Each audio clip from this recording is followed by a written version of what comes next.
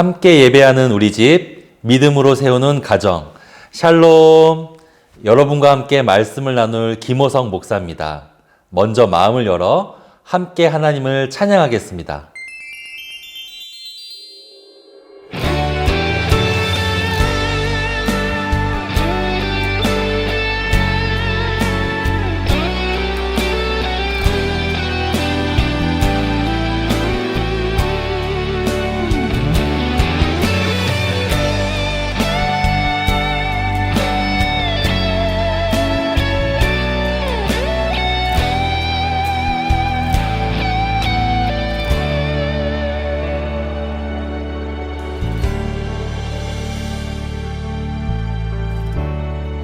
따스한 성령님 마음으로 보내 내 몸을 감싸며 주어지는 평안함 만족함을 느끼네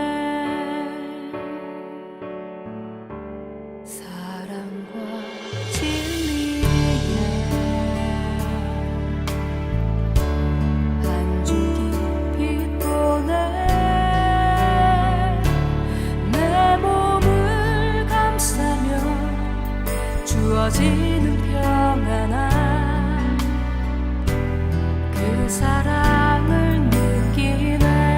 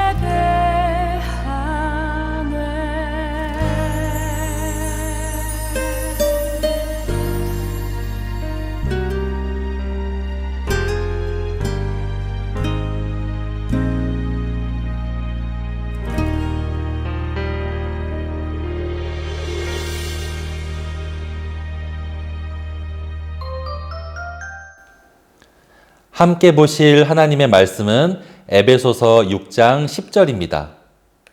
주 안에서와 그 힘의 능력으로 강건하여지고. 아멘.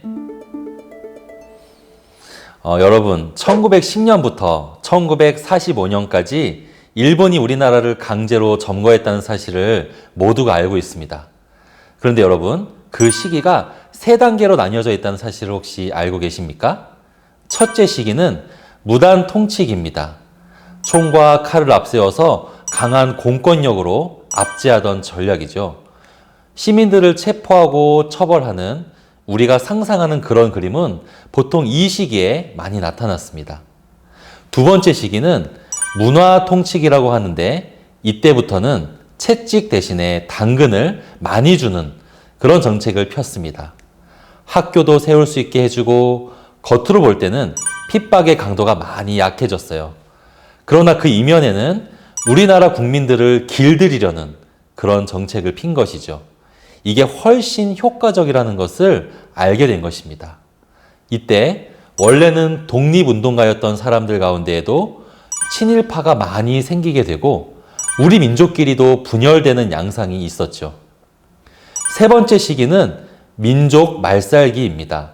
한글로 쓰여진 모든 창작물을 없애려고 한다든지 일본식 이름을 강제하는 등 우리 민족의 정체성을 없애려고 했죠. 오늘 우리가 살펴볼 내용은 다니엘과 세 친구의 이야기입니다. 아마도 많이 들어보셨을 거예요. 이 시기는 바벨론이 예루살렘을 함락하고 통치하던 때인데 바벨론의 정책이 이와 같았습니다. 이스라엘 민족의 신앙적인 정체성을 없애려고 한 것이죠. 그러기 위해서는 무조건적인 강압보다는 서서히 길을 들이는 그런 방법을 쓰는 것이 효과적입니다. 그래서 유다 민족 중에서 리더가 될 만한 소년들을 뽑아서 바벨론에 데려가죠. 그 중에 다니엘과 세 친구, 즉 하나냐, 미사엘, 아사랴가 있었죠. 바벨론의 목적은 이들을 바벨론 사람으로 만드는 것입니다. 그래서 이름도 벨드사살, 사드락, 메삭, 아벳느고로 바꾸었습니다. 또 좋은 음식을 먹이고 좋은 교육을 시켜서 바벨론에 호감을 갖도록 하고 더 나아가서 바벨론 사람이 되도록 그렇게 만들려는 것이죠. 무력으로 강압하는 것보다 이 편이 훨씬 더 효과적이라는 사실을 바벨론은 알고 있었습니다. 이런 바벨론의 의도를 다니엘과 세 친구는 잘 파악했던 것 같아요.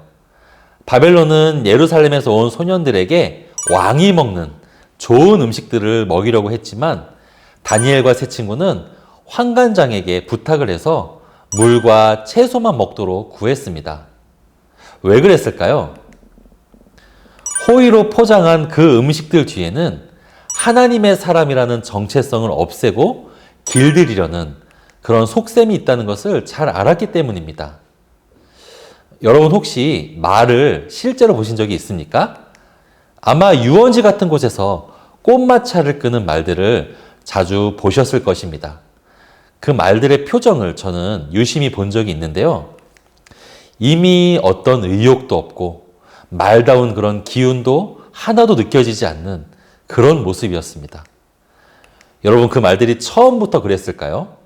처음에는 사람들이 주는 당근에 서서히 길이 들어서 결국에는 초원에서 야생마처럼 달리고자 하는 그 말다운 본능이 다 사라져 버린 것이죠.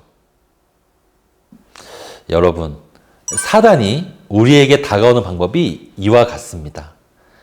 우리는 사단이 우리를 공격할 때 고난과 환난, 그리고 핍박과 같은 방식을 많이 떠올리지만 오히려 우리를 세상에 길들이려는 방법을 더 많이 사용합니다. 꼭 우리 눈에 볼 때 나쁜 것으로 공격하는 것이 아니라 겉으로 볼 때는 좋은 것들이 오히려 우리의 그리스도인으로서의 정체성을 공격한다는 것이죠. 아마 함께 예배를 드리고 계시는 우리 아버지들 그리고 어머니들 사회에서 생활하실 때 이런 공격을 많이 경험하셨고 또 지금도 경험하고 계실 것입니다. 우리가 느끼는 영역에서 뿐만이 아니라 은밀하게 우리의 마음을 길들이려고 하는 모든 시도들을 포함해서 말이죠. 함께 예배를 드리는 우리 자녀들도 학교 생활을 하면서 그리스도인다운 모습을 매 순간 지키는 것이 쉽지 않을 줄 알아요.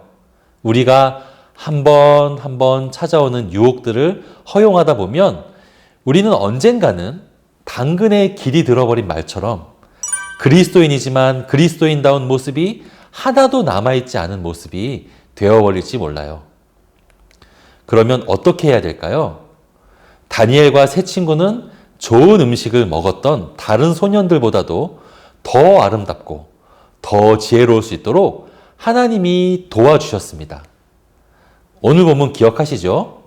주 안에서와 그 힘의 능력으로 강건하여 지고. 우리가 만일 다니엘과 친구들처럼 그런 세상의 유혹에 저항하려고 한다면 하나님이 우리를 도와주실 것입니다. 아버지는 아버지대로, 어머니는 어머니대로, 자녀들은 학교 안에서 각자에게 주어진 상황 속에서 승리하는 여러분이 되시기를 바랍니다. 이제는 이어지는 나눔 질문으로 가족들과 함께 대화를 나누시고 가정 예배를 마무리하시면 되겠습니다. 다음 주에 만납시다. 안녕. 나눔 질문입니다. 첫 번째, 참으로 그리스도인답다고 느껴지는 사람을 만난 적이 있나요? 왜 그렇게 느꼈나요? 두 번째, 우리를 길들이려는 세상의 유혹을 언제 주로 느끼나요? 그리고 나는 어떻게 반응했나요?